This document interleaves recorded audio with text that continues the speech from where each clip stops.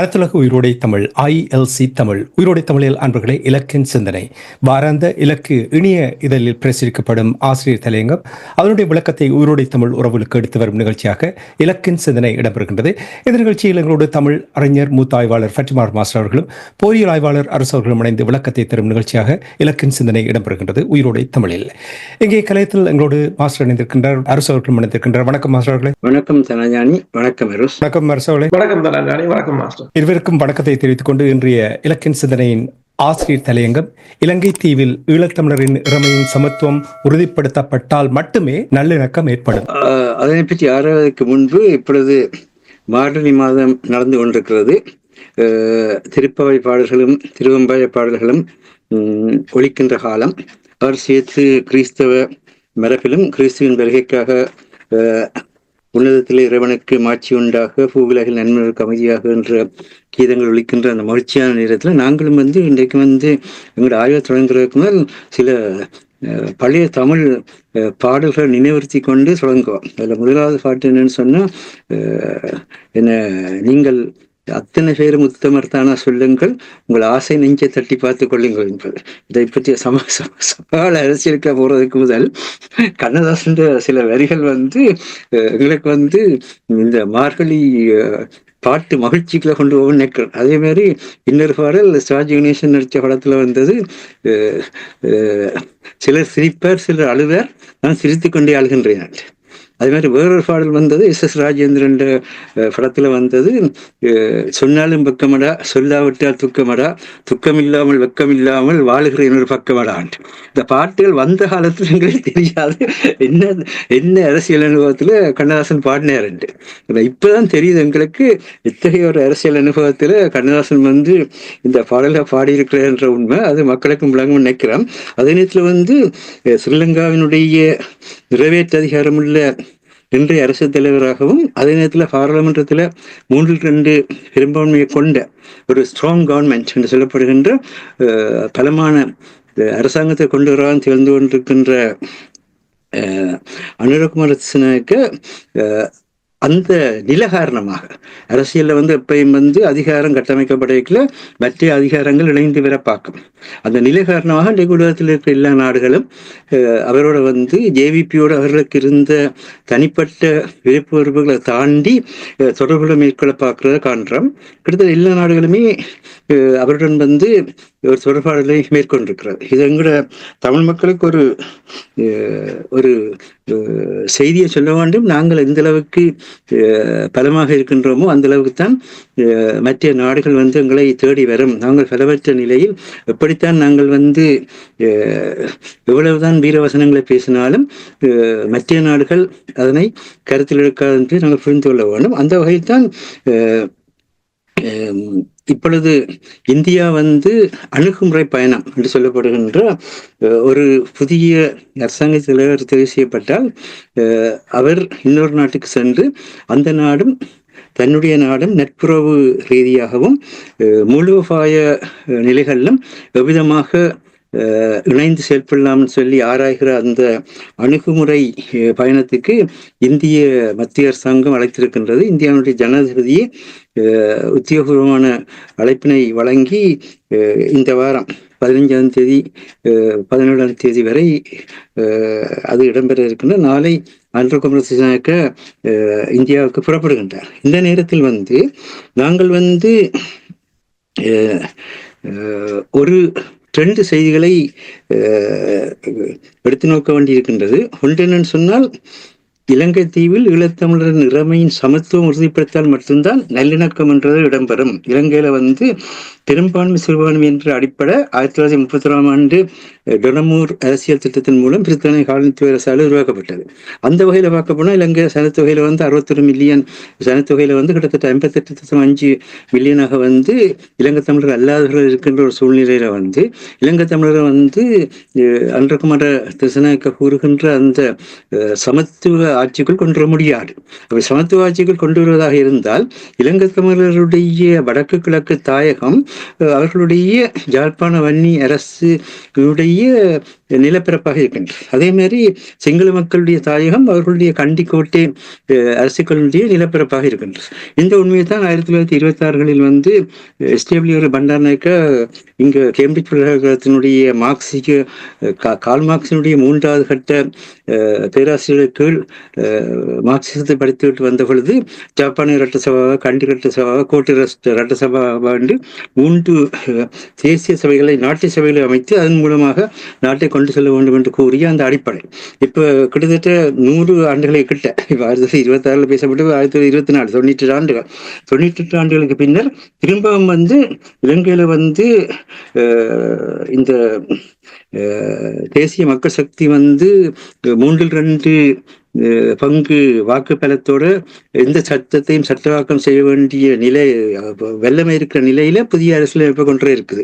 அந்த புதிய அரசியலமைப்பு 3 ஆண்டுகளுக்கு பின்னர் வருகின்ற பொழுது இப்ப இருக்கின்ற மாகாண சபை முறைமை கூட மாறிவிடும் என்ற செய்தி அவர்களே கூறுகின்றார்கள். அப்படியானால் எந்த விதமான ஒரு ஆட்சி முறைமைக்கு ஈழத்தமிழர்கள் உட்படுத்த போகிறார் என்பது இப்பொழுது இருக்கின்ற கேள்வி. அப்ப இதில் இந்தியாவுடைய பங்கும் இருக்கின்றது. இப்ப இந்தியாவுக்கு போகின்ற பொழுது நாங்கள் கவனமாக இருக்க வேண்டிய விடயம் என்னன்னு சொன்னால் 1980களுக்கு பின்னர், அதுக்கு முன்னர் இந்தியா எங்களுடைய அரசியல் நேரடியாக தலையீடு செய்த வரலாறு இல்லை. ஆனால் 1980களுக்கு பின்னர் கடந்த 44 வருஷ வரலாற்றை எடுத்து நோக்கினார். இந்தியா ஈழத்தமிழருடைய விடயத்தில் தன்னுடைய விருப்புக்கான முறையில ஈழத்தமிழுடைய எதிர்காலத்தை அமைப்பதற்கு பலவிதமான முயற்சிகள் எடுத்தது. அதனுடைய தன்மை கொண்டதால்தான் திம்புவிலே இந்தியா ஒழுங்கு செய்த திம்பு பேச்சுவார்த்தையும், திம்பு பேச்சுவார்த்தை தான் ஈழத்தமிழுடைய பிரச்சனை உள்நாட்டு பிரச்சனை அல்ல, அனைத்துலக தீர்வை பெற வேணும் என்ற வகையிலே இலங்கையினுடைய உரிமையின் அதிகார எல்லைக்கு அப்பால் நடந்த முதலாவது அனைத்துலக உடன்படிக்கைக்கான கூட்டம். அப்ப திம்பு பேச்சுவார்த்தையின் பின்னணியில் தான் பின்னர் இந்த மாகாண சபை என்பதும் கொல்லப்பட்டது. அதே நேரத்தில் இலங்கையினுடைய தேசிய பாதுகாப்புகள் ஒருமைப்பாட்டுக்கு ஏதாவது ஒரு சிக்கல் ஏற்பட்டால் அதனை இந்தியாவுடன் தான் முறையிட வேண்டும். இந்தியா அதற்கான பாதுகாப்பை அல்லது அதற்கான முறைமைகளை செய்யாவிட்டால்தான் இலங்கை மற்ற நாடுகளிடம் செல்லாம் என்கின்ற அந்த இலங்கையை கட்டுப்படுத்துகின்ற அந்த தன்மையும் இந்த இந்திய இலங்கை உடன்படிக்கை உருவாக்கியது.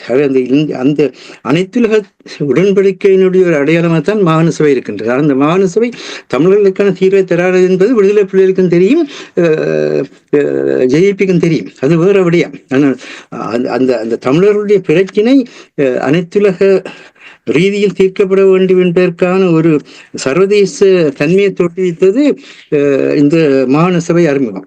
ஆகவே மாகாண சபையை அகற்ற போகின்ற பொழுது ஈழத்தமிழர்களுடைய பிரச்சனைக்கு இலங்கையினுடைய இறைமைக்கு அப்பால் வடக்கு கிழக்கு தமிழர்களுடைய இறைமை உள்ள பிரதேசம் என்ற அடிப்படையில் இறைமையின் சமத்துவத்தை எவ்விதமாக ஏற்று 2 இறைமைகளையும் சமப்படுத்திய ஒரு நிலையில் எவ்விதமான கட்டமைப்பை உருவாக்கப் போகின்றார்கள். அந்த கட்டமைப்பு விதமாக ஒவ்வொரு தேசிய இனத்தினுடைய, சிங்கள தேசிய இனத்தினுடையவும் தமிழ் தேசிய இனத்தினுடையவும் அரசியல் எதிர்காலத்தை உறுதிப்படுத்துகிற அதே நேரத்தில் அங்கு வாழ்ந்து கொண்டிருக்கின்ற முஸ்லீம் மக்கள் வர்த்தகத்தால் குடிகளாக வாழ்ந்து கொண்டிருப்பவர்கள், அதே நேரத்தில் மலைய மக்கள் தொழில் ரீதியாக குடிகளாக வாழ்ந்து கொண்டிருப்பவர்கள், அவர்களுடைய அரசியல் உரிமைகளையும் எவ்விதமாக இந்த இரு தேசிய இனங்களும் கட்டமைக்கப் போகின்றது என்பவற்றை பற்றி அந்த தன்மைகளை எல்லாம் இந்த அரசியலமைப்புகள் கொண்டு வந்தால்தான் இலங்கை தீவினுடைய பாதுகாப்பை இந்த இரு தேசிய இனங்களும் மலையக மக்களும் முஸ்லிம் மக்களும் இணைந்து இலங்கை தீவினுடைய பாதுகாப்பையும் பொருளாதார வளர்ச்சிகளையும் ஏற்படுத்தலாம். அதுதான் இந்த ஆசிய இலங்கத்தில் வலியுறுத்துகின்றோம். அதை செய்யாது விட்டால் என்ன நடக்கும் என்று சொன்னால் ஸ்ரீலங்கா சுதந்திர கட்சி கூட்டணிக்கு ஸ்ரீமோகண்டனோட காலத்தில் 3-2 பலம் வந்த பொழுது எவ்வாறு அது ஈழத்தமிழரை அரசற்ற தேசிய இனமாக்கியதோ அவ்விதமாக 1978 ஜே.ஆர். ஜெயவர்தனாக்கு 3-2 பலம் வந்த பொழுது விதமாக ஜே.ஆர். ஜெயவர்தனா தமிழர்களுடைய எல்லா விதமான ஜனநாயக போராட்டத்தையும் ஆயுத எதிர்ப்பு போராட்டத்தையும் கூட அது பயங்கரவாதம் என்றும் பிரிவினை என்றும் விதமாக தமிழர்களுடைய அந்த அடிப்படை மனித உரிமைகளையே இல்லாமல் செய்தாரோ அதுபோல் இந்த அன்றகுமார திசாநாயக்காவுடைய ஆட்சியும் அவர்கள் சரியான முறையில் தமிழர்களுடைய இருப்பினுடைய அடையாளத்தையும் ஏற்று அங்கீகரிக்காமல் விட்டார்களா இருந்தால் அத்தகைய ஆபத்தை கொண்டு வரும் அந்த அபாயம் இருக்கிறது. ஆகவேதான் இந்த 2 வருடத்தில் தாயகத்திலும் உலகத்திலும் இருக்கிற ஈழத்தமிழர்கள் எல்லோரும் இந்த புதிய அரசியலமைப்புக்குள்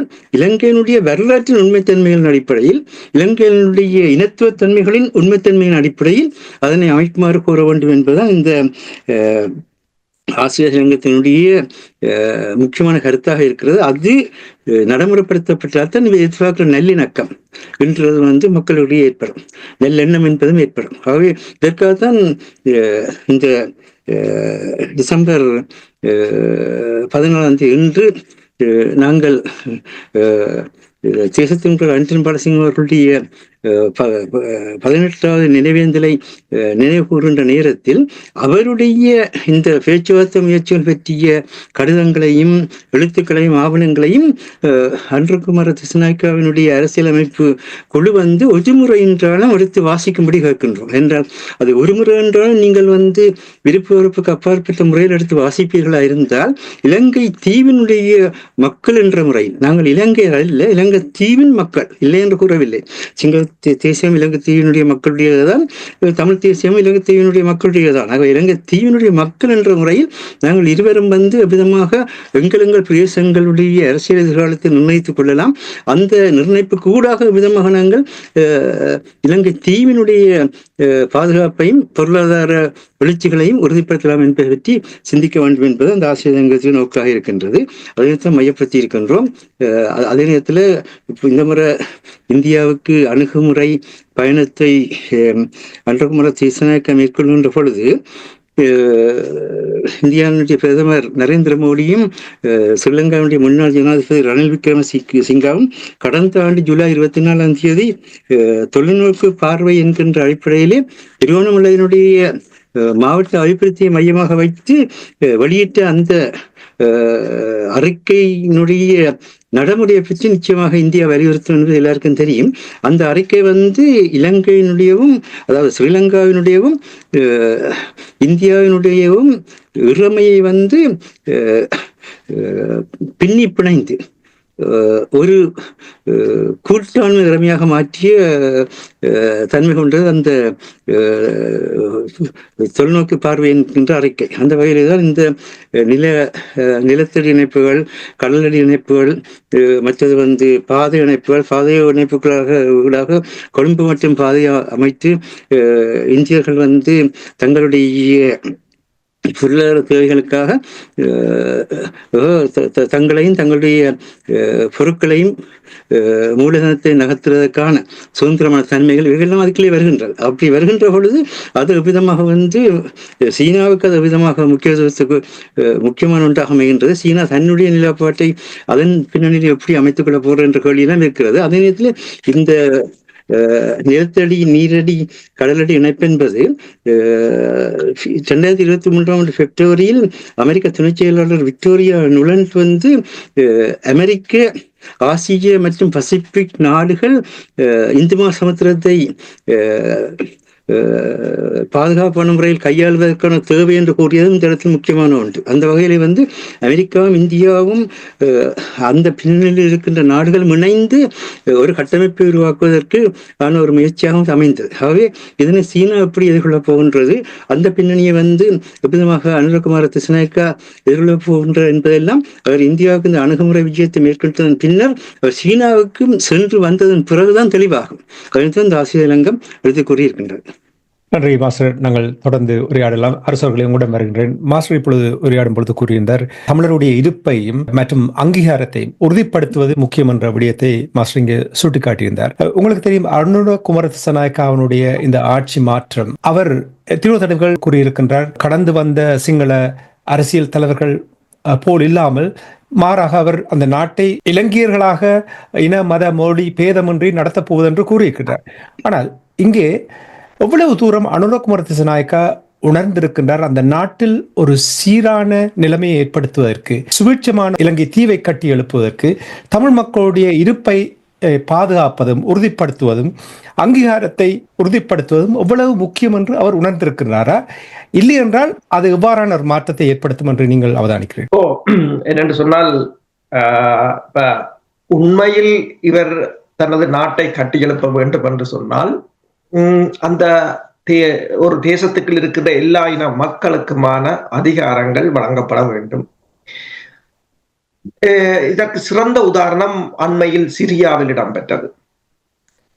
ஐரோப்பிய ஒன்றிய நாடுகள், சுவிட்சர்லாந்து, அமெரிக்காவை பாருங்கள், அவள் தூர நோக்கோட ஏற்கனவே அந்தந்த மாநிலங்களுக்கு அதிகாரங்களை பகிர்ந்து கொடுத்து அவர்களை அப்படியே அமைதியாக்கி விட்டாங்க. இப்ப தங்கள் தேசத்தை எப்போதும் அரசியல் ரீதியாக உறுதிப்பாடாகத்தான் வைத்திருக்கிறார்கள். ஆனால் இப்ப அரபு நாடுகள் ஏன் இவ்வளவு சிதறி போகிறது என்று சொன்னால், ஒவ்வொரு இன மக்கள் இருந்தாலும், இப்ப சிரியாவில் நீங்கள் பார்த்தீங்கன்னு சொன்னால் ட்ரூஸ் என்ற அமைப்பு இருக்கின்றது, சியா முஸ்லீம், சுனி முஸ்லீம் என்று சொல்லி கேர்டிஸ் இருக்கிறார்கள். இப்ப பல அமைப்புகளை, பல இனங்களுக்கு அந்தந்த பிரதேசங்களுக்குரிய அதிகாரங்களை கொடுத்து ஒரு மத்திய அரசை அவர்கள் நிறுவி இருப்பார்களாக இருந்தால் இவ்வளவு பிரச்சனைகளுக்கும் வந்திருக்க தேவையில்லை. ஆனால் அதையும் மேற்குலக நாடுகள் பயன்படுத்தலாம், அது வேறு விடயம். இப்ப இலங்கையிலும் அதே ஒரு நிலைமைதான். இப்ப இலங்கையை பொறுத்தவரையில் இவர்கள் கூறுகிறார்கள் தாங்கள் ஒரே இலங்கையர் என்று. ஒரே இலங்கையர் இல்லை. முதலாவது அடிப்படையே தவறு. அதுதான் அந்த பிரச்சனை. மீண்டும் மீண்டும் பழைய தவறை செய்கிறார்கள். ஒரே இலங்கையர் என்று இவர்கள் கூறும் போதே சோழி முடிஞ்சுது. இலங்கையின் முன்னேற்றம் சரிப்பட்டு வராது என்பது தெளிவானது ஒன்றாகத்தான் இருக்கின்றது. அப்ப என்னென்று சொன்னால், அங்கு இப்ப நீங்கள் பார்த்தீங்கன்னு சொன்னால் ஒரே இலங்கையர் மாதிரி அங்கு நடத்தப்படவும் இல்லை யாரும். தமிழ் மக்களுக்கு எதிராக பயன்படுத்தப்படுகின்ற பிடிஏ, அதாவது பயங்கரவாத தடுப்பு சட்டம், சிங்கள மக்களுக்கு எதிராக அவ்வளவு தூரத்துக்கு அங்கு பயன்படுத்தப்படுவதும் இல்லை. காணி அபகரிப்பாக இருக்கலாம், அல்லது பௌத்த ஆலயங்களை அமைப்பதாக இருக்கலாம். தமிழர் பிரதேசங்களை ஆக்கிரமிப்பதை ஒட்டும் போது சிங்கள பிரதேசங்களில் அவ்வாறு இல்லை. அவர்களின் அணுகுமுறை வேறாகத்தான் இருக்கின்றது.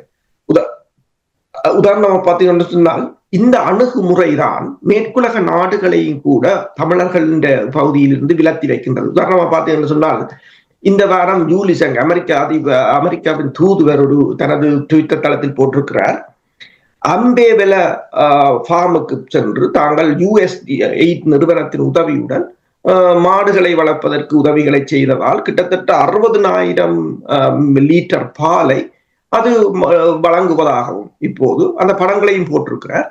அது அந்த இலங்கையின் உணவு உற்பத்திக்கும் பொருளாதாரத்துக்கும் நல்லொரு வளர்ச்சி என்று கூறியிருக்கிறார். சரி, இதே USD அந்த மயிலத்தனமாதவன பகுதியை போய் பார்த்துதாண்டா இல்லை. இப்ப இந்த அரசாங்கமும் அவ்வாறு தான் இருக்கின்றது. அரசாங்கத்துக்காக ஒத்துகின்ற அனைத்துலக சமூகம், குறிப்பாக மேற்குலகமும் அவ்வாறான ஒரு நிலையாகத்தான் இருக்கின்றது.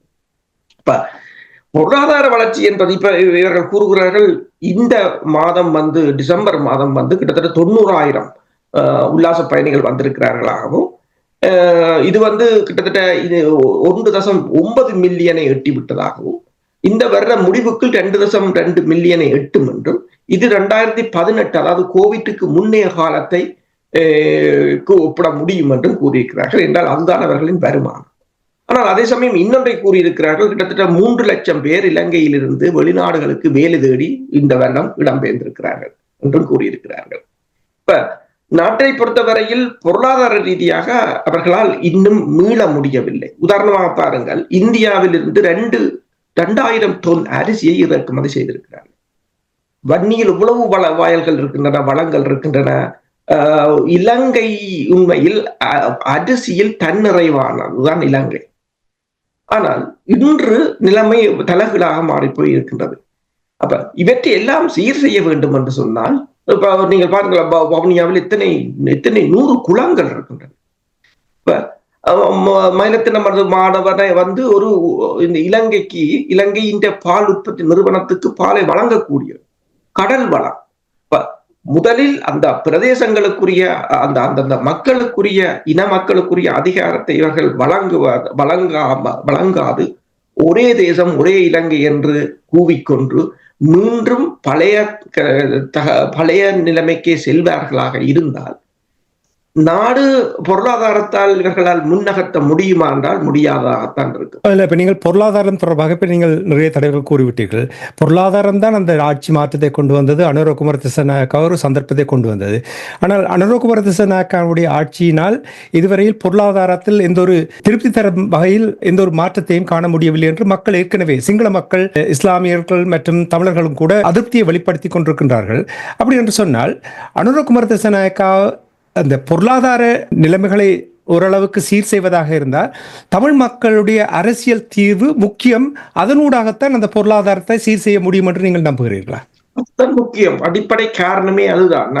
அதுக்குத்தான் நான் சுவிட்சர்லாந்து இந்த ஆட்சி முறையையும் கூறினேன், மேற்குலகத்தையும் கூறினேன். அமெரிக்காவில் எவ்வாறு பெடரல் சிஸ்டம் இருக்கின்றது, இந்தியாவில் எவ்வாறு மாநிலங்கள் இருக்கின்றன என்பதை கூறினேன். அந்த நாடுகளுக்கு தெரியாதா ஒரே இந்தியன் என்று விட்டு எல்லா முதலமைச்சரையும் கலைச்சு போட்டு மோடிக்கு கீழே எல்லாரையும் வச்சிருக்க அவங்களுக்கு தெரியாதா? அப்ப ஒரே இந்தியர் என்று கூறுகிறார்கள். ஒரே இந்தியர் என்று கூறினால் உங்களுக்கு என் மாநிலத்துல முதல்வர்கள். அப்ப ஏன் என்று சொன்னால் ஒவ்வொரு மாநிலமும் வெவ்வேறு, அவர்களின் மொழிகள் வேறு, அவர்களின் கலை பண்பாடு வேறு, கலாச்சாரம் வேறு. அவர்களுக்குரிய அதிகாரம் தேவை என்பதுதான் அங்கு முக்கியமானது. அப்ப இதை முதல் அவர் சீர்தூக்கி பார்க்க வேண்டும். இலங்கை வந்து ஒரே நாடாக இல்லை, வரலாற்றில் இல்லை. அவ்வாறு நாங்கள் வரலாற்றை படிக்கவும் இல்லை. அதை வரலாற்றை மாற்றுவது என்பது அது வரலாற்றை எப்போது மாற்ற வெளிக்கிடும் போதும் அது மிகப்பெரிய அனர்த்தத்தினூடாகத்தான் மாறும். நீங்கள் பார்க்கலாம், உலக வரலாறுகள் எவ்வாறு மாறினது என்றால் போர்களின் ஊடாகத்தான் மாறும், ரத்தம் சிந்தித்தான் மாறும், பேரழிவுகளுக்களால் தான் அது மாறும். அதுதான் கடந்த காலங்களில் நாங்கள் கற்றுக்கொண்ட பாடங்கள். இவரை பொறுத்தவரையிலும் இப்போது ஒரே சொல்லில் நாங்கள் எல்லாரும் இலங்கையர் என்று மாற்றிவிட முடியாது என்றால் அந்த சிஸ்டம் அவ்வாறு இல்லை. இப்போது நீங்கள் பார்த்தீர்கள் சொன்னால் மிகப்பெரிய ஒரு பிரச்சனை. இப்ப பொருளாதார நெருக்கடிக்காகத்தான் சனத்தை பொறுத்தவரையில் ஒரு மாற்றத்துக்காகத்தான் வாக்களித்ததே தவிர அனுர குமார திசாநாயக்காவையோ என்பிபி கட்சியோ கொண்டு வர வேண்டும் என்று வாக்களிக்கவில்லை. அந்த மாற்றத்தை இவர்கள் சரியாக பயன்படுத்தி கொண்டார்கள். தாங்கள் உத்தமர்களாக காட்டிக்கொண்டார்கள், மற்றவர்களை தண்டிப்பதாக காட்டிக்கொண்டார்கள். ஆனால் ஒரு மாதத்துக்குள்ளேயே இவர்களும் மோசடிக்காரர்கள் என்பதை சபாநாயகரின் பதவி விலகல் காட்டியிருக்கு. இனி அதை தூக்கி நிறுத்த வேண்டும். என்னடா, இதுவரை இலங்கை வரலாற்றில் எந்த ஒரு சபாநாயகரும் ஒரு மாதத்துக்கு பதவி விலகியது இல்லை. ஊழல் முறைகேடு என்று கூறும்போது ஒரு தவறான குவாலிபிகேஷன் வந்து அது முறைகேடுதான். அது முறைகேடுதான் என்று சொன்னால் அது ஒருவர் செய்தாலும் அது முறைகேடு. இப்போ இதற்கு இவன் நாமல் ராஜபக்ஷவே சொல்லி இருக்கிறார், எல்லா அதாவது தவறான கல்வி தகமைகளை கொடுத்த அனைவரும் பதவி விலக வேண்டும் என்று அவரே கூறியிருக்கிறார். இது எதிர்கட்சிகளுக்கே ஒரு நல்ல ஒரு வாய்ப்பு. முழு நாடாளுமன்ற உறுப்பினர்களும் பதவி நிலைகள் ஆராயப்பட வேண்டும் என்று அதுக்கு ஒரு கொமிஷன் அமைக்கிற அளவுக்கு இந்த அரசு ஒரு மாதத்துக்கு போனது என்று சொன்னால், அப்ப முதலில் நீங்கள் ஊழலையும் முறைகேடுகளையும் வெளியில் அகற்ற வெளிக்கிட்டவர்களுக்கு இப்ப உள்ளுக்குள்ளேயே பிரச்சனை வந்திருக்கு. நீ இதனை தாண்டி பொருளாதாரத்தை நிமித்த வேண்டும் என்று சொன்ன. அப்ப அடுத்ததாக பொருளாதாரத்தை நிமித்துவதற்கு நீங்கள் கேட்டது போலதான் அரசியலமைப்பு 13வது வேண்டாம் என்று சொல்லிவிட்டார்கள். அதுக்கு மேலானது ஒன்றை வைக்க போறீர்கள் வையுங்கள்.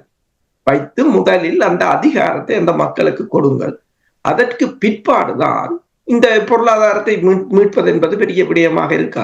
அனுர குமார திசாநாயக்கா ஒன்று தமிழ் மக்களுக்கு செய்ய முடியுமாக இருந்தால் இந்த 13 என்றதை அரசியல் யாப்பிலிருந்து அப்படியே அகற்றி விட்டார்கள் என்றால் அதை வைத்துத்தானே வியாபாரம் செய்து கொண்டிருக்கிறார்கள் கடந்த 35 ஆண்டுகளாக.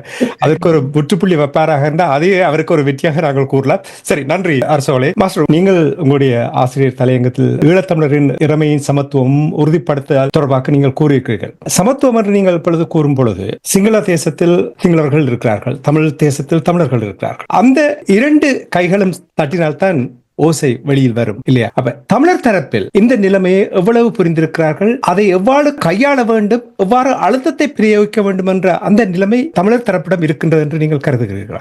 ஆசிரியர் தலையங்கத்திலேயே உறுதிப்படுத்தல் சொல்ல கையாண்டது அதுக்காகத்தான். அதாவது சிங்களருக்கும் உரிமை இருக்கிறது, தமிழர்களுக்கும் உரிமை இருக்கின்றது என்பது அங்கு இருக்கின்ற விடயம். நாங்கள் இலங்கையினுடைய வடக்கு கிழக்கில் வாழ்ந்து கொண்டிருக்கின்றோம் என்பதும், ஏனைய பிரதேசத்தில் அவர்களும் வாழ்ந்து கொண்டிருக்கின்றார்கள் என்பதும், எங்களுடன் சேர்ந்து முஸ்லிம் மலைய மக்கள், அவர்களுடன் சேர்ந்து முஸ்லீம் மலைய மக்கள் வாழ்ந்து கொண்டிருக்கின்றார்கள். நாங்களும் சிங்களருடன் வாழ்கின்றோம், சிங்களருடன் நாங்களும் வாழ்கின்றோம் என்பதெல்லாம் அங்கு இருக்கின்ற விஷயங்கள். அது ஒரு பொதுவாக கண்டுபிடிச்சு நீங்க பிரிக்கிறீங்க, நாங்க கொடுக்கிறோம். இந்த அரசியல் கட்சிகள் எல்லாம் சமஷ்டி கோரிக்கையை முன்வைக்கிறார்கள். சமஷ்டி கோரிக்கை ஒற்றையாட்சிக்கு கீழே அதிகார பரவலாக்கத்தை தாங்கன்னு கேட்கிற ஒன்றுதான். அதுதான் எந்த நாட்டிலும் அங்கே இருக்கிற ஒற்றை ஆட்சியினுடைய அதிகார பரவலாக்கலுக்குள்ளதான் சமஷ்டி வரும். ஆனா இவர்கள் அப்படி என்றால் ஸ்ரீலங்காவினுடைய ஒற்றை ஆட்சிக்குள் நாங்கள் இருக்கிறோம் என்பதை ஏற்றுக்கொள்கிறார்களா? அப்படி ஏற்றுக்கொள்கிறதா இருந்தால் ஏன் கடந்த வருடம் ஜனவரி மாதத்தில் இதே ஐக்கிய நாடுகள் சபையில் நாங்கள் பிரித்தானிய காலனித்துவத்தினால் எங்களுடைய தன்னாட்சி உரிமையை பயன்படுத்தி வாழ முடியாத நிலைக்கு தள்ளப்பட்டிருக்கின்றோம், ஆகவே காலனித்துவத்தால் தீர்க்கப்படாத பிரச்சனையாக இருக்கின்ற எங்களுடைய பிரச்சனைக்கு ஒரு ரெப்பத்தரை, ஒரு ஒப்புநோக்காளரை நியமித்து அதன் வழியாக எங்களுக்கான தன்னாட்சி உரிமையை பயன்படுத்தி நாங்கள் வாழ வேண்டும் என்று போன ஜனவரியில் தான் கேட்டீர்கள்.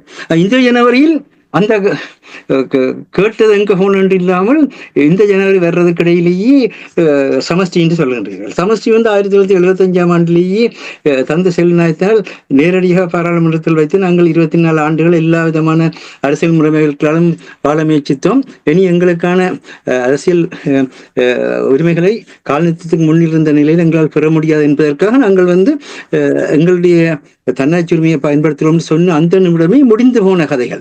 ஏன் இந்த முடிந்து போன கதைகள் எல்லாம் திருப்பி கொண்டு வார்கள்? நீங்க சொன்ன மாதிரி 11வது திருத்தம் என்றது அது இந்தியா கொண்டு வந்தது. அதை இலங்கை தமிழர்களும் ஏற்கவில்லை, சிங்களவர்களும் ஏற்கவில்லை. இந்தியா தன்னுடைய சேவைகளுக்காக கொண்டு வந்தது, அது வேற விஷயம். அதை அவர்கள் மாற்றி அமைத்து இந்தியாவையும் அதை உள்வாங்கக்கூடியதும் மாற்றி வைக்க வேண்டிய பொறுப்பு ஸ்ரீலங்கா அரசாங்கத்துக்கும் இருக்குது, ஈழத்தமிழ் அரசியல்வாதிகளுக்கும் இருக்குது. ஆகவே இதுதான் அரசியல் செய்கின்ற தன்மை. அதை விட்டுவிட்டு செல்வம் அடைக்கலனாதான் புதிய அரசியலமைப்புல 13வது திருத்தம் பெற வேணும் என்று கேட்கிறாரு. ஏன் அது நீங்கள் கேட்கிறீங்க? இவர்கள் இப்ப என்னென்றால் இந்த பார்லமெண்ட் தேர்தல் பின்னடைவுக்கு பின்னர் உள்ளூராட்சி தேர்தல்களும் தங்களுக்கு பின்னடைவு வந்துகின்ற அடிப்படையிலே தமிழ் அரசியல்வாதிகள் ஒன்றா சேர முற்படுகின்றார். நல்ல விஷயம். ஆனால் தமிழர் விடுதலை கூட்டணி அவ்வாறு உருவாகவில்லை. தமிழர் விடுதலை கூட்டணி தமிழ் இளைஞர்களுடைய அழுத்தம் காரணமாக கொள்கை மாற்றத்துடன், அதாவது தமிழர்கள் தங்களுடைய தன்னாட்சி உரிமையை பயன்படுத்தி அரசியல் எதிர்காலத்தை அமைத்துக் கொள்ள வேண்டும் என்கிற அந்த கொள்கை ஏற்ற நிலையிலே கட்டமைக்கப்பட்டது. ஆக அந்த நேரத்தில் ஏற்பட்ட அந்த தமிழ் தேசியத்தினுடைய ஒற்றுமையையும் இப்பொழுது நீங்கள் அரசியல் தேவைகளுக்காக ஏற்படுத்த பார்க்கின்ற முயற்சிகளை ஒன்றாக்காதீர்கள். அப்படி ஒன்றாக்குவதாக இருந்தால் நீங்கள் எல்லாரும் சேர்ந்து சொல்லுங்கள். அதாவது இது தமிழர்களுடைய இறமையுள்ள பிரதேசம், அந்த இறமையுள்ள பிரதேசத்தின் அடிப்படையில் நீங்கள் தீர்வுகளை கொண்டு வாருங்கள் என்று நீங்கள் வாய் திறப்பீர்களா என்றால் அது நிச்சயமாக 1976 வட்டுக்கோட்டை தீர்மானம் உருவாக்கப்படுகின்ற பொழுது அமரர் ஜி பொன்னம்பலம் அவர்களும் தந்தை செல்வம் அவர்களுடைய கட்சிகள் இணைந்து அந்த தன்மையை வெளிப்படுத்தும்.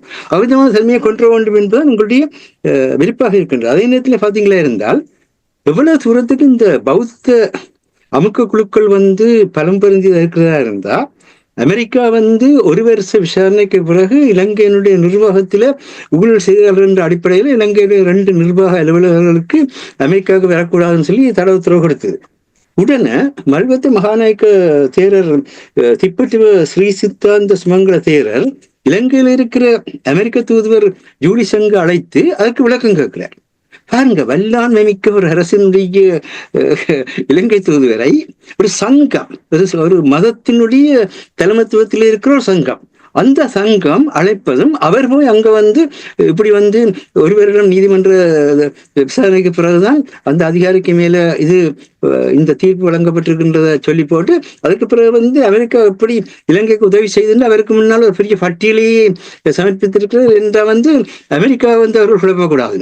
அப்படி என்றால் பௌத்த மகா சங்கங்கள் வந்து இலங்கையினுடைய அமைக்க குழுக்களாக இருந்து ஆட்சி செய்து கொண்டிருக்கின்றதா, அந்த ஆட்சி செய்கின்ற தன்மை வந்து அன்றகுமர திசநாயக்கர் காலத்திலும் தொடரத்தான் போகிறதா என்ற கேள்வியெல்லாம் எழுப்புகின்றது. இவ்விதமான ஒரு சூழலில் தான் நாங்கள் வந்து இப்ப திருவோணமலையை வந்து பிராந்திய சக்தி மையம் என்று ஒரு சொல்ல கையாண்டது இந்தியா.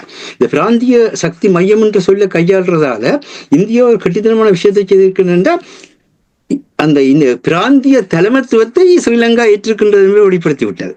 திருவண்ணாமலையை வந்து என்ன சக்தி மையமா மாற்றுவேன்னு சொல்லவில்லை, பிராந்திய சக்தி மையம். பிராந்திய சக்தி மையம் என்றால் இந்தியா அந்த பிராந்தியத்தினுடைய தலைமை அரசு, அந்த பிராந்திய தலைமை அரசினுடைய உள்ளடக்கத்தை கொண்டு சக்தி மையம். அப்போ இந்தியா தன்னைத்தான் நிறுவிக் கொள்ளுது, தான் பிராந்தியத்தினுடைய தலைமைத்துவம் என்று. அதை ஸ்ரீலங்கா தன்னளவை ஏற்றுக்கொண்டது. அவசரமாக ஏற்றுக்கொள்கின்ற பொழுதுதான் மத்திய நாடுகளில் சிக்கல் வருகிறது. ஆனால் இந்த தன்மையில் எங்களிடத்துல இல்லை. எங்களிடத்துல வந்து வடக்கு கிழக்கு எங்களுடைய தாயகம் என்று சொல்றதுக்கே நாங்கள் ஏன் பக்கப்படுறோம்? அதுக்காக தான் முதல் ஆரம்பத்திலே சொன்னாலும் பக்கமடா சொல்லாவிட்டால் துக்கமடா சொன்னதற்காக சொன்ன இந்த பிரச்சனை என்னண்டா, நான் பிறந்து வளர்ந்த மண்ணை என்னுடைய என்று சொல்றது உங்களுக்கு என்ன பிரச்சனை இருக்கு? உங்களுக்கு இறம பற்றியே தெரியுது இல்லையா? இறம வேண்டா ஒரு தன் சொந்த மண்ணா இது என் சொந்த மண். அது புது ரத்தினவர்கள் சுருக்கமாக சொன்னார், இந்த மண் எங்களின் சொந்த மண் என்றா சொல்லுங்க. அதை விட்டு போட்டு நீங்கள் வந்து இப்ப சமஷ்டி கட்சியை விலகாலம் வந்து ஒரு பலம் பொருந்திய கட்டமைப்பு என்று ஏற்றுக்கொள்ளாதவர்கள் எல்லாம் இப்பொழுது சமஷ்டி கட்சி தான் பலம் பொருந்திய கட்டமைப்பு ஏன் சொல்றீங்க? நேற்றுக்கு வந்து மாவ சேனாராஜா தலைமையில திருப்பியும் வந்து தமிழக கட்சியில மத்திய குழு ஒரு ஹோட்டலில் கூடி இருக்குது. ஹோட்டலில் கூடி சாப்பிடுங்க, அதை பற்றி பிரச்சனை இல்லை. ஆனால் ஹோட்டலில் கூடி இருந்து கொண்டு நீங்க திருப்பி வந்து கறந்த பால் முளைக்கிறாதுன்ற மாதிரி கடந்து போன விஷயங்கள் தான் திருப்பி கொண்டு வராதிங்க. அதெல்லாம் முடிஞ்சு போன விஷயங்கள். இப்பொழுது மக்களுடைய தேவை என்ன? அன்றகுமார திசுநாயக்கோட வெற்றியினுடைய அடிப்படை என்ன? மக்களுடைய தேவைகளை அறிந்தார். இப்பொழுது கூட சொல்கின்றார்கள், நாங்கள் கிராமத்துக்கு போவோம், கிராமத்தை கட்டி எழுப்புவோம். இன்றைக்கு என்ன யாழ்ப்பாணத்தில் நடந்த யாழ்ப்பாண மாவட்ட ஒருங்கிணைப்பு கூட்டம் யாழ்ப்பாணத்தில் கிராமங்களுக்கான யாழ்ப்பாணத்துடைய இணைப்புகளை ஏற்படுத்த வேண்டிய ஒரு கூட்டம். அது ஒரு பொருளாதாரத்தை கட்டமைக்கின்ற, சமூகத்தை உறுதிப்படுத்துகின்ற ஒரு கூட்டம். ஆனால் அதற்குள் வந்து தேவையற்ற முறையில வந்து பலர் வந்து கூச்சலும் கும்மாளம் போட்டு அங்க வந்து நிறைவேற்றப்பட வேண்டிய எந்தவித தீர்மானங்கள் நிறைவேற்றப்படாத நிலையில கூட்டம் முடிச்சு. அந்த கூட்டம் முடிகின்ற பொழுது இந்த அடுத்த வர சில மாதங்களுக்கான நிதி ஒதுக்கீடும் தாமதப்படுகிறது. நிதி ஒதுக்கீடு தாமதப்படுகின்ற பொழுது மக்களுடைய வாழ்வு பாதிப்புக்குள்ளாகின்றது. அதை நிற்கின்ற பொழுதுதான் இன்னொரு பாட்டு ஞாபகத்துக்கு வந்து இன்றைக்கு பாட்டுகள்லாம் கூட ஞாபகத்துக்கு வருது என்றால், உன்னை சொல்லி குற்றம் இல்லை, என்னை சொல்லி குற்றம் இல்லை, காலம் செய்த கூடபடி கடவுள் செய்த குற்றம் அப்படின்னு சொல்லி கண்ணாத ஒரு பாட்டு பண்ணான். இல்லை இது என்ன, இது நீங்கள் என்ன செய்யறீங்க? சும்மா வந்து அதுல புள்ள இதுல புள்ள அதுல புள்ளன்னு சொல்லி கத்திக்கொண்டு நிற்காதீங்க. அது ஒரு நாள் உங்களுக்கு எந்த ஒரு தன்மையும் தராது. இங்கேயும் தான் நடக்குது. உன்னில புள்ள என்னில புள்ள அங்க புள்ள இங்க புள்ள வேண்டாம். நீங்கள் பிழை இருந்தால் சரியான முறையில் இந்த மாதிரி பிழை இருக்கின்ற ஆதார சான்றிதழ்கள் வந்து இதுக்கு என்ன பதில் என்று கேளுங்க. அது முறையானதாக வேற. யாழ்ப்பாண வைத்தியசாலையில வந்து தொண்டர் அடிப்படையில நியமிக்கப்படுற வேலையாட்கள் வந்து அது வந்து வைத்தியசாலை நிர்வாகத்தோட சொல்ற பகுதி அல்ல. அது கூட தெரியாதவர்களாக அதுக்கு வந்து யாழ்ப்பாண மாவட்ட வைத்திய பணிப்பாளர் பதில் சொல்ல வேணும்னு கேட்டால், உங்களுக்கு நாட்டில் நடக்கிறது என்னன்னு தெரியுதில்லை, இந்த மாதிரி போய்கொண்டிருக்க அரசியல் என்று தெரியுதில்லை, இந்தியா என்ன செய்யுது என்று தெரியுதில்லை, அமெரிக்கா என்ன செய்யுது என்று தெரியுதில்லை, சீனா என்ன செய்யுதுன்னு தெரியுதில்லை. ஆனால் தமிழ் மக்கள் பிரதிநிதி எல்லாரும் ஊர்வலம் வாங்க. அப்படி ஊர்வலம் வந்து விளைவு தான் இந்த இவ்வளவு காலம் தமிழ் மக்கள் உங்களை அடிச்சு கலைச்சி போட்டு ஒரு சிங்கள கட்சியை கொண்டு வர அளவுக்கு வாக்களித்திருக்கிறார். இந்த உண்மையை உணர்ந்து கொள்ளுங்க. அதுக்காக தான் நாங்கள் சொல்றோம் திருப்பி ஒரு ஒருங்கிணைஞ்ச ஒரு அரசியல் ஒரு பொது கவுன்சிலை கொண்டு வாங்க.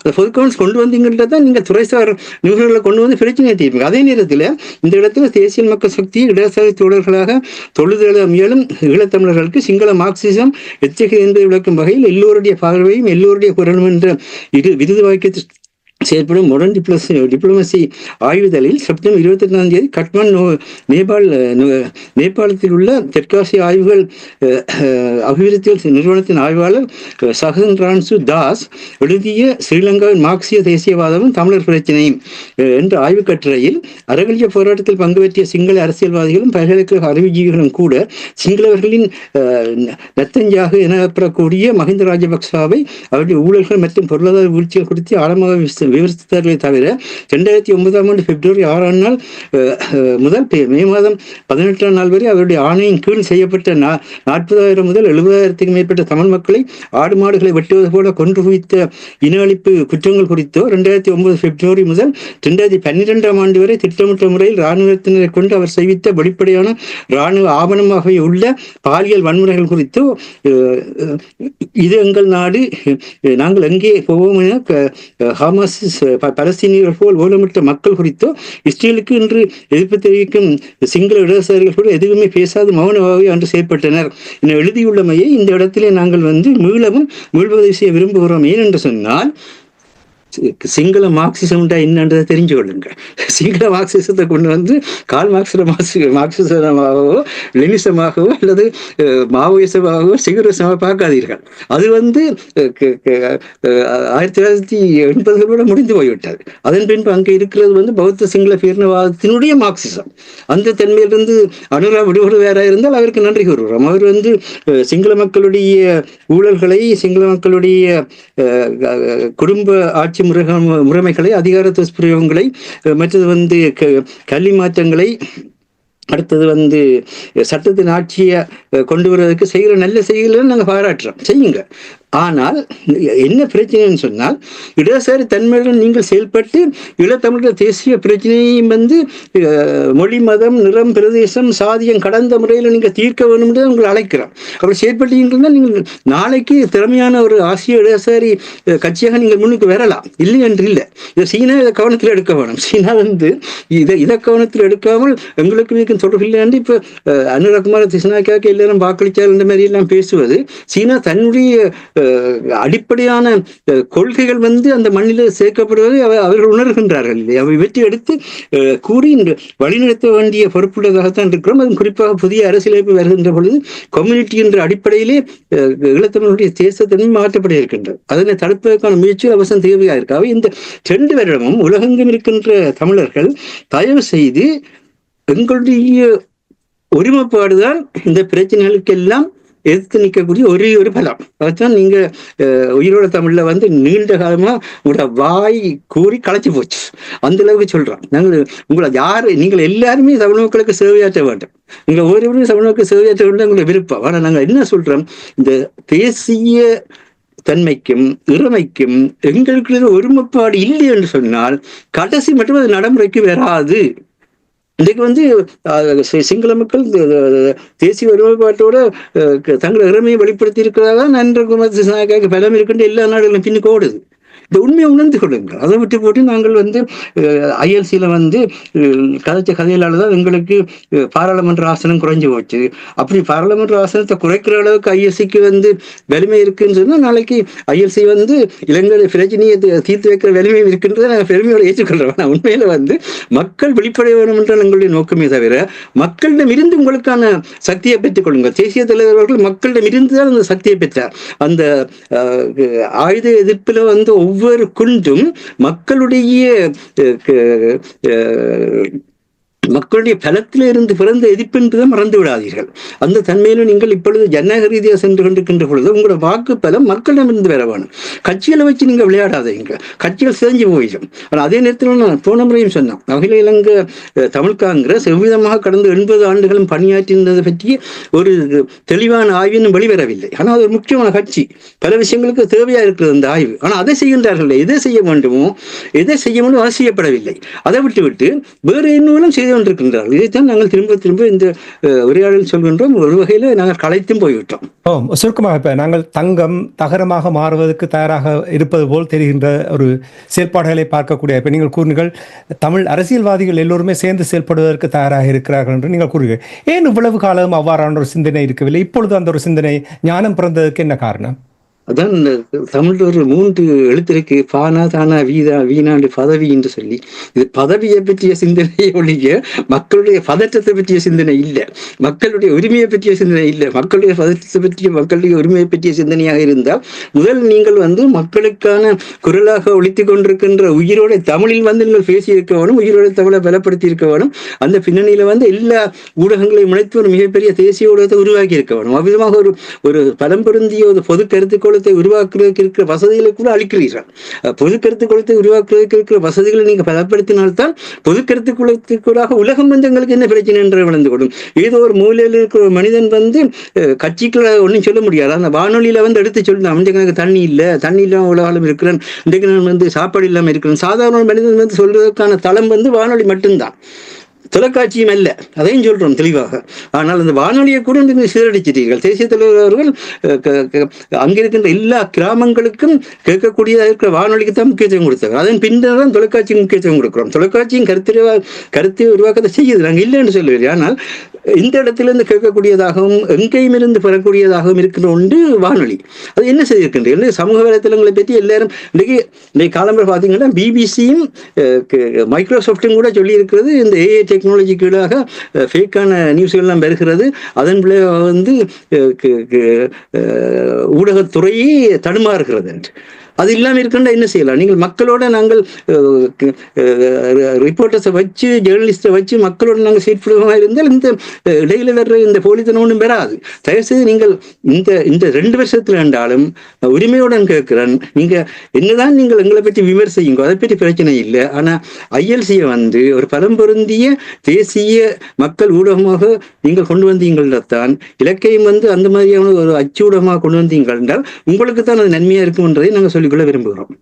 நீங்கள் கூறுவது போல் எங்களுக்கு யார் மீதும் காழ்ப்புணர்வு இல்லை. உங்களுக்கு தெரியும், ஐபிசி வானொலி தொடக்கிய பொழுது அது பறிக்கப்பட்டது, சொல்லியே ஆக வேண்டும். ஆனால் அது தக்க வைக்க முடியவில்லை என்பதுதான் வேதனை. பறிக்கப்பட்டது பிரச்சனை இல்லை, தக்க வைக்க முடியாமல் அவர்களுடைய இயலாமையை வெளிப்படுத்துவதனுடைய வெளிப்பாடுதான் பல சம்பவங்களை நாங்கள் பார்த்திருக்கிறோம். இருக்கின்ற வானொலியை கூட அவர்களால் என்ன செய்ய வேண்டும் என்றதை நாங்கள் கூறுவதை அவர்களால் ஏற்றுக்கொள்ள முடியவில்லை என்றால் இது தமிழ் மக்களுக்கு தொடர்ச்சியாக, தமிழ் மக்களுக்கு மட்டுமில்லை, இன்றைக்கு நாங்கள் தேசம் கடந்துற மக்களாக இருக்கின்றோம். கனடாவில் இருந்து இலங்கை மட்டும் எல்லா நாடுகளிலும் வாழ்ந்து கொண்டிருக்கிற மக்களாக இருக்கின்றோம். இன்றைக்கு அதிகாலையில் எழும்புகின்ற பொழுது மக்களுடைய பொதுவான தேவைகள் என்ன, பொதுவான பிரச்சனை என்ன என்பது சொல்வதற்கு ஒன்றும் இல்லை. சமூக வலைத்தளங்கள் தாங்கள் பணம் உழைப்பதற்காக நினைச்சதெல்லாம் செய்து கொண்டு போகின்றார்கள். அப்படியான சிக்கலுக்குள்ள வந்து மக்களுக்கான அந்த நாளாந்த கருத்தியலை கட்டமைக்கின்ற மிக பொறுப்புள்ள ஒரு பிரச்சனை இருக்கின்றதை கூட ஒரு கவனத்தில் எடுக்கிறீங்கள் இல்ல, இதை கூட கவனத்தில் எடுக்காதீங்கள். எப்படி நீங்கள் ஒரு மக்களை வந்து ஒருங்கிணைச்சு ஒரு தேசமாக அவர்கள் எழும்பக்கூடிய ஆற்றலை கொண்டு வருவீர்கள்?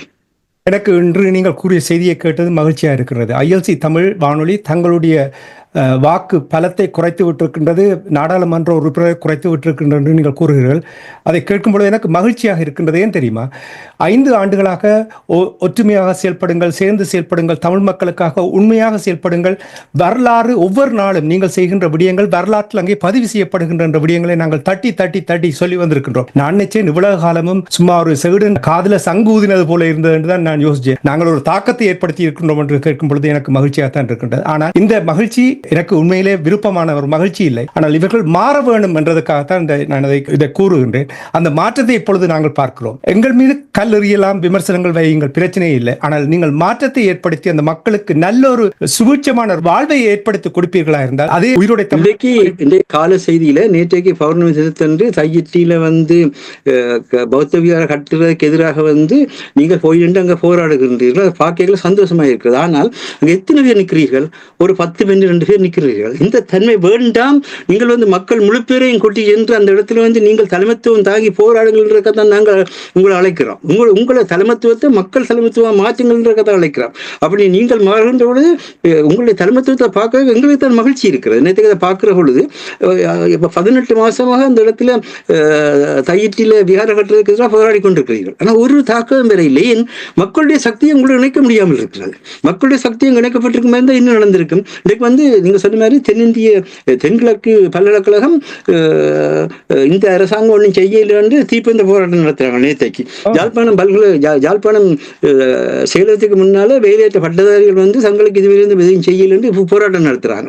மக்களுக்கு இருந்து எழுகின்ற அந்த தன்மைகளையாவது ஒருங்கிணைக்கிறதுக்கான அந்த வேலையை செய்யுங்கள். இல்லாவிட்டால் நீங்க 10 பேரும் 15 பேரும் நிற்கல உங்களோட நேரமும் வீணாகுது, உங்களோட உழைப்பும் வீணாகுது, உங்களோட சக்தியும் வீணாகுது. அதை பார்க்க உங்களோட ஆற்றல் வீணாகிறது. உங்களுக்குள்ள இருக்கிற உங்களுடைய மூலப்பழத்தையும் உங்களுடைய உடலாற்றலையும் உங்களுக்கு தெரியும். நீங்கள் அதை அர்ப்பணிக்க நிற்கின்ற தெரியும். ஆனால் தயவு செய்து முழு அளவில் அர்ப்பணியுங்கள். இதுக்கு வந்து எங்களுக்குள்ள எந்த விதமான, நாங்கள் எல்லோருமே ஈழத்தமிழர்கள், அந்த அளவில் வந்து எங்களுக்கு ஈழத்தமிழர்கள் யார் எந்த மூலையில இருந்து தாயகத்துக்கு என்ன செய்தாலும் அவர்கள் நாங்கள் 2 கையெடுத்து கும்பிட்டு காலில் விழுவதற்கு ஆயத்தமாக இருக்கின்றோம். தாயகத்துக்கு ஏதாவது செய்யுங்கள் என்பதை தான் கேட்கின்றோம். உண்மை மாஸ்டர். இப்போ புலம்பெயர்ந்து வாழுகிற நாடுகளை பாருங்கள், எங்களுடைய இளையவர்கள் எவ்வளவு சிறப்பாக செயல்படுகிறார்கள், சாதனை படைக்கிறார்கள். இவை எல்லாம் கேட்கும் பொழுது மனம் எவ்வளவு குளிர்மையாக இருக்கின்றது. அதே தான் தமிழர் தாயகத்திலும் எங்களுடைய மக்கள் ஒரு சுபீட்சமான வாழ்வை வாழ வேண்டும் என்பதற்காக ஏனைய இறையாண்மை மறுசீரமைப்பை ஸ்ரீலங்கா அரசாங்கம் செய்து 16ஆம் தேதியோட நிறைவு பெறுகிறது. 20ஆம் தேதி கையெழுத்திட போறாங்க பாருங்க. ஆனால் ஜேவிபியை வந்து எல்லா மேற்குலக அரசுகளும் எதிர்த்தது, இந்தியாவும் எதிர்த்தது. ஆனா இன்றைக்கு அதே அரசுகள் பின்னுக்கு வந்து நின்று அவங்களோட இறையாண்மை இது என்ன பத்திரங்களை வந்து கடன் மறுசீரமைப்புக்கு ஏற்ற முறையில ஏற்றுக்கொள்கிறார்கள். இந்த மாற்றம் எப்படி வந்தது? மக்களுடைய சக்தி, அதான் பிரதானமான விடயம். உண்மை. நீங்கள் கூறுவது அந்த மாற்றத்தை உணர்ந்து அவர்கள் அதற்கே அவ்வாறு அந்த நிலைமைகளை அவதானித்து செயல்பட வேண்டும் என்பதை கூறிக்கொண்டு நாங்கள் நிகழ்ச்சி என்று கொண்டு வர வேண்டும். அரசவர்கள் உங்களிடம் வருகின்றேன். இப்ப இந்த புதிய அரசியல் அமைப்பு என்பதை இப்பொழுது பேசத் தொடங்கி இருக்கிறார்கள். ஒவ்வொரு அரசு வரும்பொழுது ஒவ்வொரு விதமாக கையாளுவார்கள். இதுவரை காலமும் ஒரு நிகழ்ச்சி நிரல் இல்லாமல் தான் பேச்சுவார்த்தைகளுடன் நடைபெற்றது.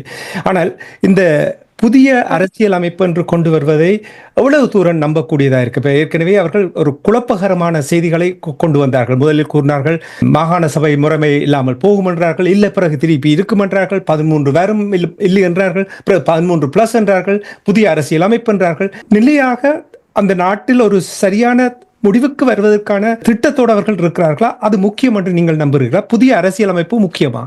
புதிய அரசியல் அமைப்புன்றது இலங்கைக்கானது. அதை அவர்கள் கொண்டு வர போகிறார்கள். சரி, அவர்கள் கொண்டு வரட்டும். அதை அவர்கள் இலங்கை இந்த நாடாளுமன்றம் அவர்களுக்கு மிக பெரும் அதிகாரத்துடன் அவர்களிடம் இருக்கின்றது. அரசு தலைவராகவும் அவர் இருக்கிறார். நாங்கள் புதிய அரசியல் அமைப்பை இலங்கை கொண்டு வந்து எங்கள் பிரச்சனையை தீர்க்கும் என்று காத்து கொண்டிருக்க போகிறோம், அல்லது எங்களுக்கு என்ன வேண்டும் என்றதை நாங்கள் முன்வைக்க போகிறோமா? இதுதான் முக்கியம். அவன் கொண்டு வரட்டும். நாங்கள் அதற்கு முதல் நீங்கள் எல்லோரும் ஒன்றாக இருந்து, எத்தனையோ ஜாப்புகள் இருக்கின்றன. தந்தை செல்வாவில இருந்து, தின்பு பேச்சிலிருந்து, ஓஸ்லோ பிரகடனத்திலிருந்து இவ்வளவோ இருக்கு. எல்லாத்தையும் சீர்தூக்கி பார்த்து எத்தனையோ நிபுணர்கள் படித்தவர்கள் எல்லாம் இருக்கிற சமூகம் என்றெல்லாம் கூறுகிறார்கள். எல்லா பிரெயினையும் ஒன்று சேருங்கள். நீங்கள் விமர்சனத்துக்கும் ஒருத்தரை இழுத்து விழுத்ததுக்கும் பயன்படுத்துகின்ற இந்த அறிவை ஒரு ஆக்கப்பூர்வமாக ஒரு நாளைக்கு பயன்படுத்தி பாருங்க. ஒரு நாளைக்கு நீங்கள் எல்லோரும் இருந்து அந்த அரசியல் அமைப்பை அவர்கள் செய்ய முதல் நீங்கள் என்ன உங்களுக்கு வேண்டும் என்பதை சரியாக செய்து அந்த கதைக்க போறவர்களிடம் கொடுங்கள். அவனிட்ட இலங்கையிடம் நாங்கள் அரசியல் அந்த புதிய அரசியல் அமைப்பில் எங்களுக்கு அவன் பிச்சை போடுவான் என்று நாங்கள் எதிர்பார்ப்பதை விட்டுவிட்டு நாங்கள் அவனுக்கு இதுதான் எங்களுக்கு வேண்டும் என்பதை நான் முன்னர் ஒரு தடவை கூறியிருந்தேன். ஆஸ்திரேலியா பிரதமர் தமிழ் கட்சிகளை சந்திப்பதற்கு 15 நிமிடங்கள் ஒதுக்கி இருந்தாராம்.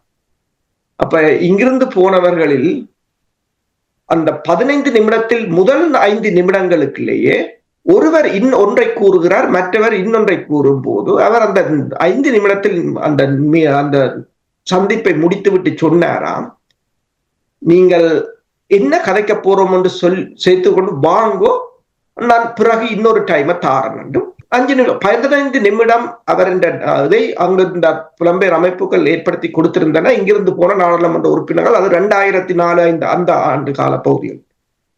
அப்ப முதலாவது ஒரு ஃப்ரேம் ஒர்க் நீங்கள் போகணும். இப்ப நாங்கள் ஒரு மீட்டிங்குக்கு போனாலுமே சில சமயங்களில் இப்ப நான் கூட அண்மையில் போகும்போது என்ன கதைக்க போறோம்ன்றது ஸ்லைட்டா போடன்னுட்டேன். என்னன்னா நீங்கள் அங்க போகும்போது அந்த லெவல் அதுக்கு நிற்கின்ற கதைக்கணும், எதையும் மறந்து விடவும் கூடாது.